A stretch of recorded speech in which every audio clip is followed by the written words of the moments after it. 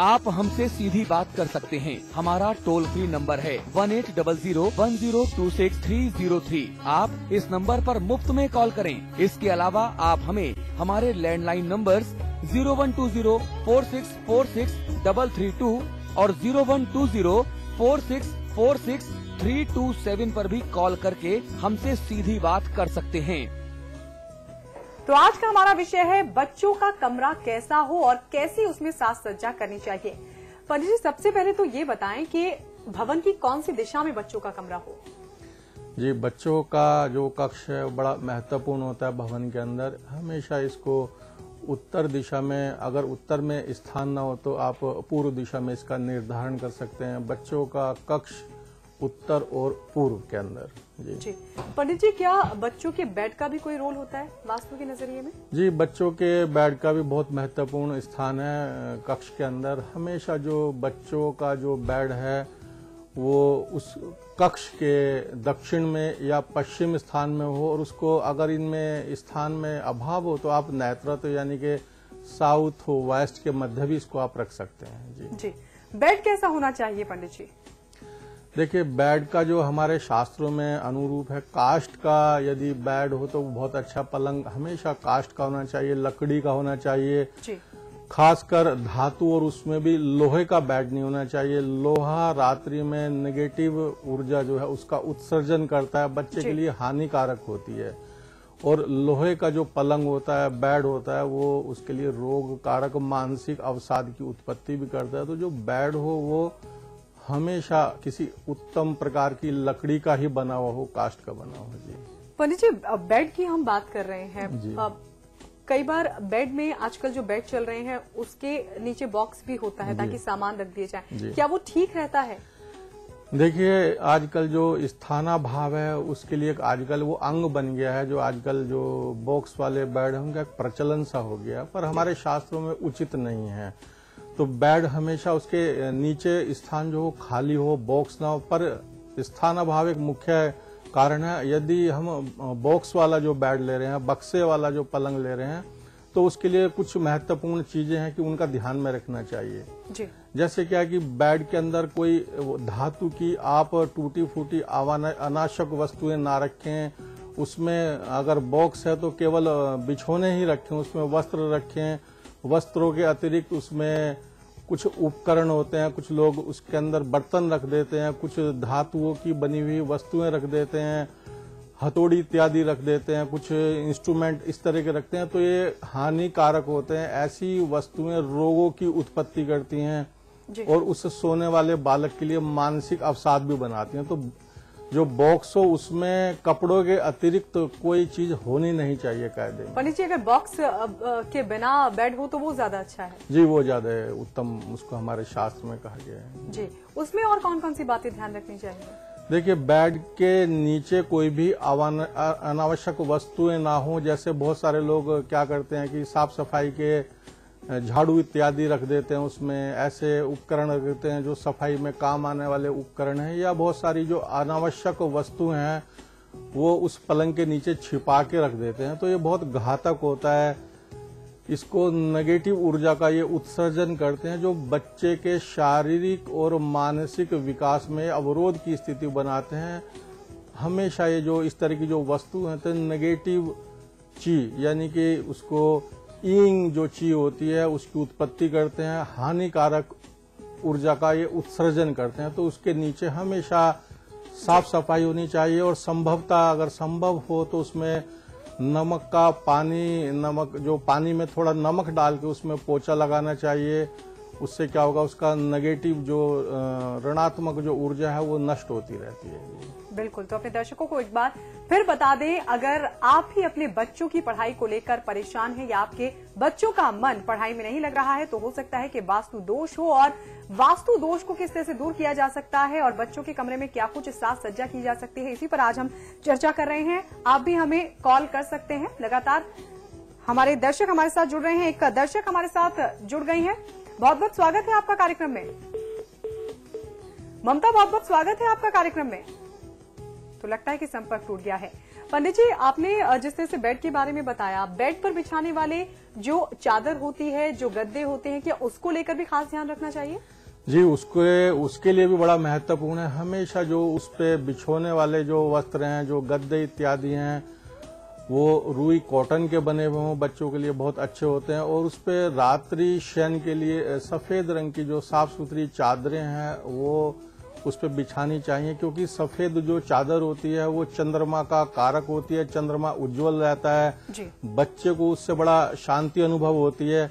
जितनी भी सफेद वस्तुएं होती हैं उस पे नेगेटिव चीज, जिसको ऋणात्मक ऊर्जा होती है, वो कम ठहरती है उसके ऊपर।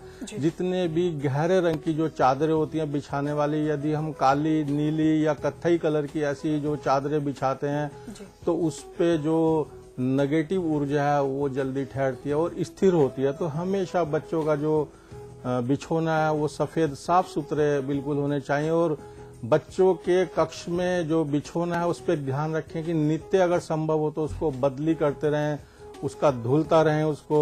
ये नहीं कि वो जो चादर बिछी हुई है कहीं कहीं हफ्ते तक, बहुत सारे लोग क्या करते हैं एक चादर उसको झाड़ दिया फिर वही बिछा ली, तो ऐसा नहीं करना चाहिए उसके लिए। बच्चों की पढ़ाई में क्या चादर का डिजाइन भी कहीं ना कहीं अवरोध उत्पन्न करता है? जी, बहुत सारे लोग मल्टी कलर की जो चादरें इस्तेमाल करते हैं, तो बच्चों के वो ग्रह के अनुसार भी उसका आप चयन कर सकते हैं। अगर यदि वो छोटे बच्चे हैं तो उस पे आप उनके जो जैसे कार्टून इत्यादि के ऐसे कुछ एनिमल्स, सेलेस्टिक एनिमल्स होते हैं, तो या सेलेस्टिक जो फूल पौधे होते हैं उनकी भी आप चादरें बिछा सकते हैं। तो वो उसमें पॉजिटिव ऊर्जा का उत्सर्जन करती हैं, उनको शांति और आनंद का अनुभव होता है। पर कभी भी डार्क कलर की जो बिल्कुल जैसे ब्लैक हो गया, ब्लू हो गया, या जो मैरून डार्क कलर की कभी चादरें नहीं बिछानी चाहिए। पंडित जी, देखा गया है कि कई बार चादर पर भगवान के भी डिजाइन बने होते हैं, देवी देवताओं की तस्वीरें भी बनी होती है। ये कभी ये बड़ा अशुभ होता है। देवी देवताओं के चित्रों पे सोना, उनको बिछोना, उन पे पांव आना, शरीर का जो हमारी नेगेटिव ऊर्जा है उससे क्या होता है वो और ज्यादा उत्सर्जन होता है, अशुभकारी होते हैं वो। चादर की हम बात कर रहे हैं पंडित जी, क्या उसके स्टफ पर, उसके कपड़े पर भी कोई ध्यान देने की जरूरत है? कोई खास कपड़ा होता है जो बेहतर रहता है बच्चों के लिए? जी, हमारे शास्त्रों में कॉटन, जिसको सूती जो वस्त्र है वो अति उत्तम बतलाया है। ऐसी चादरें ना हो जो नेगेटिव ऊर्जा यानी कि जिससे हीट पैदा होती हो, ऐसी चादरों का, जैसे सिल्क की हो गई या ऐसे सिंथेटिक वस्त्रों की जो चादरें हैं, धागों की बनी हुई चादरें हैं जो ऊर्जा का उत्सर्जन करती हूँ, ऐसी चादरें नहीं होनी चाहिए। तो कॉटन, जिसको सूती चादर बोलते हैं, सबसे उत्तम हमारे शास्त्रों में बतलाई गई। जी, चलिए पंडित जी, चादर की बात हमने की और अब आपसे जानना चाहेंगे घर में और कौन कौन सी साज सज्जा का ध्यान रखना चाहिए। खासकर अगर हम पर्दों की बात करें, पर्दों को लेकर काफी चयन किया जाता है, इस कलर के पर्दे लगाएं, उस कलर के लगाएं। कौन सा कलर बच्चों के लिए ज्यादा बेहतर रहता है? देखिए, बच्चों के लिए बच्चों के कक्ष में जो पर्दे लगाए जाते हैं हल्के, बिल्कुल हल्के रंगों के हों। और उस पे आजकल जो छोटे बच्चे होते हैं उनके लिए कार्टून बने हुए पर्दे होते हैं, उन पे सेलेस्टिक, जिनको सौभाग्यशाली जो पशु पक्षी हैं उनके पर्दे, या ऐसे फल फ्रूट, सेलेस्टिक फ्रूट और प्लांट्स, उनके चित्रों से युक्त पर्दे भी आप लगा सकते हैं। रंगीन पर्दे भी आप लगाएं, पर वो हल्के रंगों में हो, कभी भी ब्लैक, ब्लू या डार्क कलर के पर्दे ना हो। और उस पर हमेशा ध्यान रखें, उनकी सफाई करते रहें। पर्दों पे अक्सर ये देखते हैं कि घर में पर्दे काफी दिन तक वो लटके रहते हैं, उनको साफ सफाई नहीं हो पाती है, धुलाई नहीं हो पाती है। तो कम से कम एक वीक में उनकी धुलाई जरूर हो और नित्य उनको आप डस्ट उनकी साफ करते रहें, क्योंकि पर्दे के ऊपर लगी हुई डस्ट नेगेटिव एनर्जी उसका उत्सर्जन करती है, हानिकारक ऊर्जा को वो छोड़ती है, जिससे बच्चे के मानसिक और शारीरिक विकास में बाधक होती है, रोगों की उत्पत्ति भी करती है। बिल्कुल, और भी आपसे जानेंगे पंडित जी। एक बार अपने दर्शकों को बता दें, अगर आप भी कुछ जानना चाहते हैं कि कैसा हो आपके बच्चे का कमरा और क्या कुछ वहां पर डिजाइन किया जाए, क्या कुछ रखा जाए, तो उसके लिए आप हमें कॉल कर सकते हैं। लगातार हमारे फोन नंबर्स आपकी टीवी स्क्रीन पर फ्लैश किए जा रहे हैं, आप चाहें तो हमें हमारे टोल फ्री नंबर पर भी कॉल कर सकते हैं।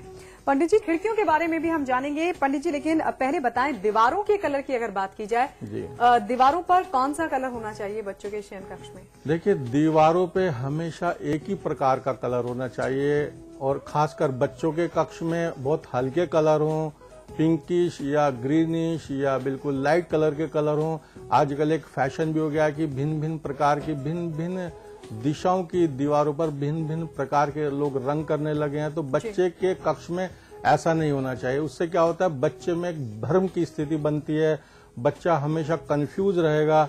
भिन्न भिन्न प्रकार की जो भिन्न भिन्न दिशाओं की जो दीवारें हैं उन पे भिन्न भिन्न प्रकार के रंग आप ड्राइंग रूम में कर सकते हैं, अगले उसमें इसका वर्णन करेंगे विस्तृत रूप से। पर बच्चे के कक्ष में जो संभवता रखें, एक ही जो रंग की जो दीवारें हैं, चारों दीवारों का एक ही रंग हो, हल्के रंगों में हो तो वो उत्तम रहता है। तो उसमें बच्चे में एक दृढ़ता पैदा होती है, मानसिक भ्रम की स्थिति नहीं उत्पन्न होती उसमें, क्योंकि भिन्न भिन्न जो रंगों की दीवारें हैं उसमें भ्रम की एक स्थिति बच्चे में बना के रखती है। वो पंडित जी के दीवारों पर कोई डिजाइन भी होना चाहिए? बच्चों के कक्ष में चाहे तो कुछ जो बच्चों के लिए वही आप सेलेस्टिक जो पशु पक्षी हैं, जो फ्रूट्स हैं, उनके आप कुछ चित्र भी बना सकते हैं, पर वो बहुत हल्के और कम, जितनी कम संख्या में आप बनाएं तो उतना वो अच्छा होता है। पंडित जी, पढ़ाई किस दिशा में करनी चाहिए? देखिए, जो पढ़ाई का जो स्थान है, बच्चे की जो टेबल है वो सबसे जो अच्छी होती है हमारे शास्त्रों में, वास्तु विज्ञान के अंतर्गत, ज्योतिर्विज्ञान के अंतर्गत उसका स्थान है ईशान, यानी कि पूर्व और उत्तर दिशा का मध्य भाग। नॉर्थ और ईस्ट का जो मध्य भाग है, नॉर्थ ईस्ट, यह सबसे मुख्य स्थान होता है। इसके जो गुरु हैं बृहस्पति इसके स्वामी होते हैं, तो ये विद्या अध्ययन के लिए सबसे उपयुक्त स्थान होता है बच्चे के कक्ष में। हमेशा जो बच्चे की टेबल है नॉर्थ ईस्ट की जो दीवार है उससे सटा के रखें। जब बच्चा उसके सामने बैठे तो बच्चे का मुख हमेशा ईशान की तरफ हो, यानी कि नॉर्थ ईस्ट की तरफ बच्चे का जो मुख होना चाहिए। तो हमेशा ध्यान रखेंगे जो बच्चा जब अध्ययन करे तो उसका मुख हमेशा ईशान की तरफ हो, अगर संभव नहीं है तो ईस्ट की तरफ हो, और यहाँ भी संभव नहीं है तो उत्तर दिशा में भी आप कर सकते हैं जी। और यहाँ रुकेंगे एक छोटे से ब्रेक के लिए, ब्रेक के बाद फौरन लौटते हैं।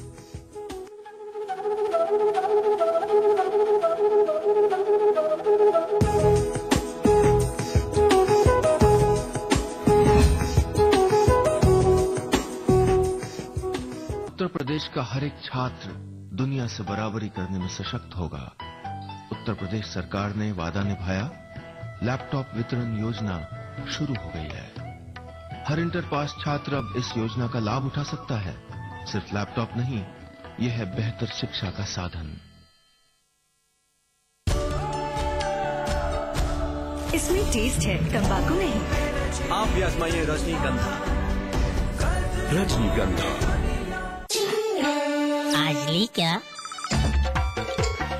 इंटरेस्टिंगली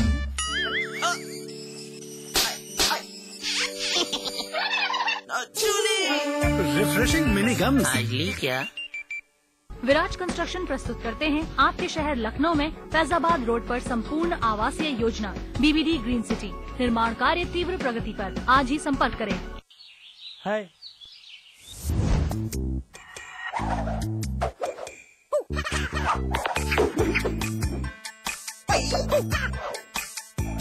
कितनी भी कोशिश कर लो, पानी तो इंटरेस्टिंग नहीं हो सकता।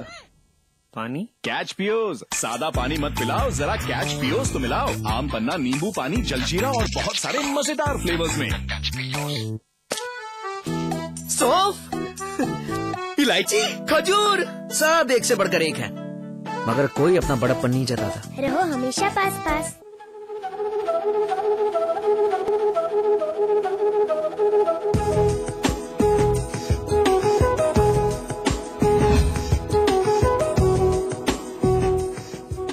ब्रेक के बाद स्वागत है आपका।